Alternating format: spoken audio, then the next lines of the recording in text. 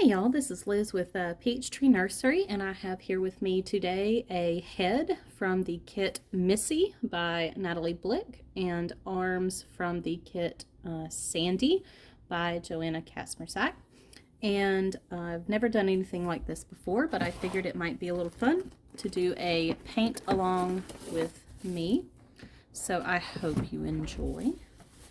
We are going to go from start to finish on this toddler doll kit. And she is a mix and match baby. I just finished my other mix and match baby, which was actually the Sandie head with the Missy limbs. Right, so I'm getting my space prepped here. I have a puppy pad. I like these because they are dustless and they provide just a nice clean surface that I can blot on or that I can use, you know, to soak up extra paint or whatever. I also keep a journal, so in this journal are paint swatches and details for every doll that I've created, and I find that really useful. So I have notes. So let's say I wanted to make Standing Missy very pale blonde, so I can go back through and find, you know, other examples of dolls, maybe Susu. Ooh, that page is a little messy. Or when I created Rosalie, she had really white blonde hair, and I could follow the paint swatches if I wanted to, right? So really helpful to keep a diary of sorts. I have on my paint station a series of sponges that are pre-plucked, and I replace them every once in a while. You can see some older ones versus some newer ones in a variety of patterns. Some are blotches, some are stipples, some are vein patterns, and then some are for washes. For detail, I also have a collection of these little pointed makeup sponges. Okay. I have a brush caddy with a lot of paint brushes in it. Each paintbrush basically is dedicated to one specific color, and then I have all these organization spaces. I have my Genesis heat set paints, I have some odorless thinner here, and a squirt bottle. Over further here I have pre-mixed colors such as cool veins, or in this Missy's case we're going to go with warm veins,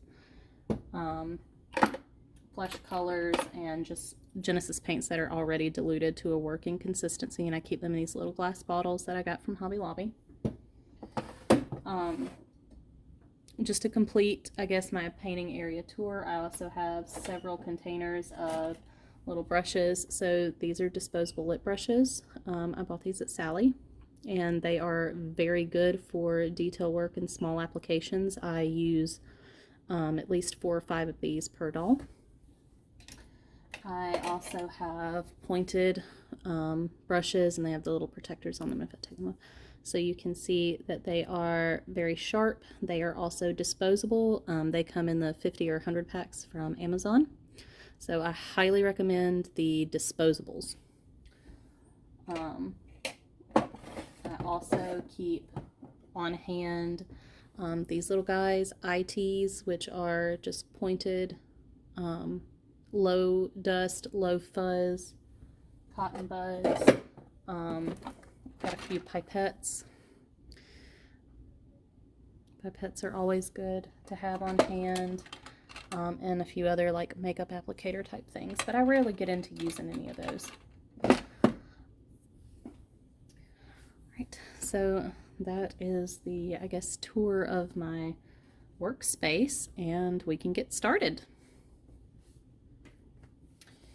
So Missy has been soaked in hot Dawn dish liquid and then scrubbed. She has also been sprayed down with 99% alcohol and rubbed, and she has been allowed to dry out. This removes any excess oil from the vinyl. I use a child's toothbrush to really get into these creases and just make sure that there's no oil lingering anywhere. All right, so for Missy, since I'm going for kind of a warmish, pale but warm skin tone that will complement very light white blonde hair. We're going to start with, this is Flesh 08 with just a touch, like a tiny touch of Pyrrole Red. So I have a standard sponge that I use for these initial flesh washes. And I don't do anything. I take the sponge and I apply my paint to the sponges pretty liberally. And you can use different brushes. This is just a filbert. And then I'm going to take a piece. In this case, it's going to be Missy's head. And I'm just going to pounce until it's all wet.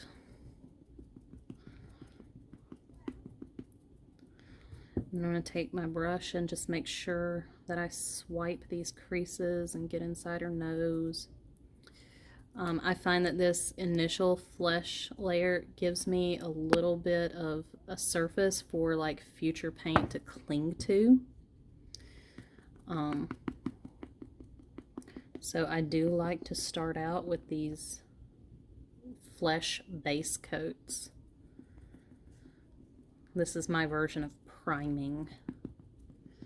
That way I don't have to have a special primer or mix up matte varnish. I mix a new batch of matte varnish for every maybe 2 dolls I do.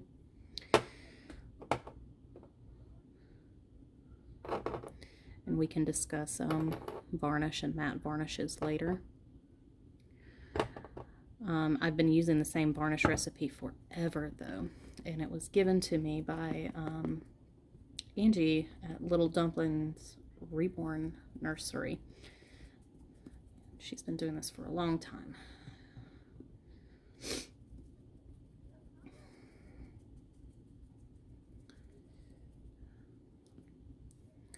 So I occasionally stop and get into places like the ears.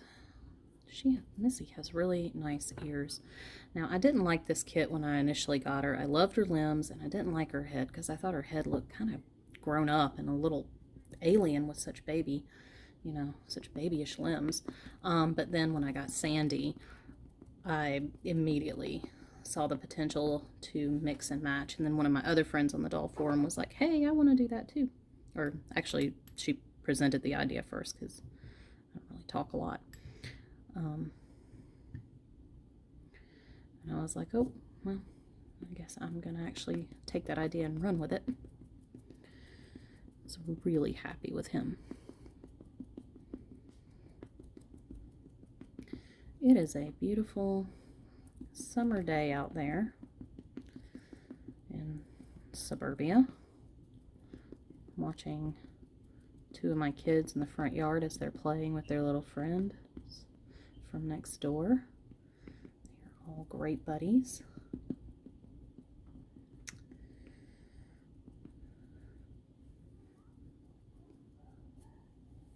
I like watching little kids interact. So I actually have a degree in ecology, evolution, and behavior, and that kind of focused on animal behavior.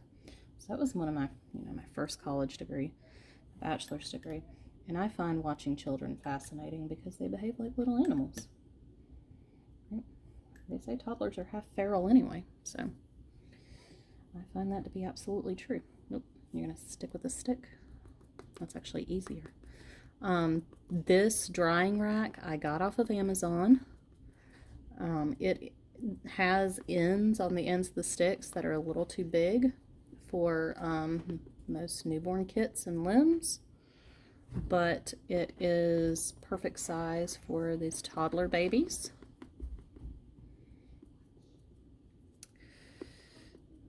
And all of this might get edited out anyway because I'm going to probably speed up this video to make this particular step. Oh, hit the camera. Just go a little faster. So I just pounce over everything and then come back with this brush and just make sure I've hit between the fingers, hit those creases pretty good. Oops, I'm not used to doing this in front of a camera, so. Whoop, I got a stray hair here, probably an eyelash. So I do everything at the same table, which sometimes recommend that you don't do, but Not all of us have premium amounts of space for everything. I'm one of those people. Like a lollipop. I'm not using that. I'll take that down. See, that's what I meant about the ends on it. It's got these big ends. And if I could find a way to cut those off, I probably would. But my husband would do it for me. He's the nicest guy. If I asked him to fix those, he probably would. He's actually the reason I got started with reborning. So we have between us 4 kids total. I've got 2, he's got 2. And his daughter was watching YouTube and she saw the videos of reborns, and you know, she liked them and she wanted a real baby for her birthday. She called it a real baby. So it was actually a real born that she had seen. So she wanted a real baby for her birthday, and we were like, okay, well, we'll look into it. And I started looking at the prices of those reborns, and I was like, holy cow, those are mega expensive. I was like, no way would I buy, and this was back when the market was modest, pay, you know, $300 or $400 for a doll for, you know, a 10-year-old. And Hub's response to that was, well, you know, I bet you could do that. And if, you know, I bought you all of the supplies, would you like to try it? And of course I said, sure, absolutely. I have been fascinated by reborns since I first discovered them. When I decided to start painting them, I had never owned one. So that was my first step to getting started, is I bought a starter kit from McPherson's. I went with Genesis. I liked the heat set aspect, and I liked the idea that it seemed that the paints were, they give the longest working time. So they are very forgiving, and that's what I wanted. I wanted something with long working time. So I would have, you know, the time and space to alter it, to move it. You know, if I made mistakes, Genesis is very forgiving in that it wipes off. So I decided to start with Genesis. Now you'll notice that I don't wear gloves when I paint. Some people do. Some people, you know, say it's mandatory. I find that it is not. I do give my hands a quick rub with 99% alcohol, which I also procured off of Amazon, because finding that degree of alcohol, especially in our post-pandemic world, is a little difficult. But Amazon's got it. I think I ordered like just 4 bottles of it because I know I'm going to be using it a lot, especially as I dive into silicone painting. But anyway, yep, he bought me the materials. I got the McPherson starter kit for Genesis. I got 2 different sculpts. They were having a sale, so I ended up with 2 Tina Kiwi sculpts, and I decided to get started. So when they came in, I began by watching a series of wonderful tutorials by Custom Doll Baby called Reborn with Me. And I don't think anything out there compares to those completely free tutorials insofar as just getting you started on a doll. I don't even think this video can replace them. I have no intention of replacing or competing with those wonderful resources, and I highly, highly recommend them. She uses Genesis, and she follows basically the Kate Charles tutorial, which I also was fortunate enough to find a copy of. I was able to purchase it. It was still available at the time, and I went after it with gusto. So my first baby was David by Tina Kiwi, and he was a homely little thing after I got finished with him. He had Prisma pencil hair, which turned orange as soon as I baked it. But, you know, all in all, he wasn't a horrible first effort. I did sell him. I think I sold my first reborn doll for $120. So basically my goal was to take those 2 kits and cover the cost of the reborning supplies, right? Basically to return the investment I had made and no more. And so I sold him, and all was grand. And he was a sleeping kit, so there were no eyes. My next kit was Jamie. And so I had learned some things through painting David, and so I gave Jamie a try. And this time Jamie had open eyes, so I had to, you know, make the terrifying leap of cutting into the back eye sockets because I didn't know if I could fit eyes into the front. And that was my first open-eyed kit, the second doll I made. And I also made the decision that I was going to root Jamie. So I started with some ruby red mohair, which is very cheap and available from Bountiful Baby, and people say it's horrible and don't use it. It's like the worst mohair ever. I have found that it is actually not, and there will be lots of people who disagree with me, and that's okay. Because I was learning, I didn't want to buy the, you know, the expensive $60, $50 packages of hair, because I didn't know if this was for me yet.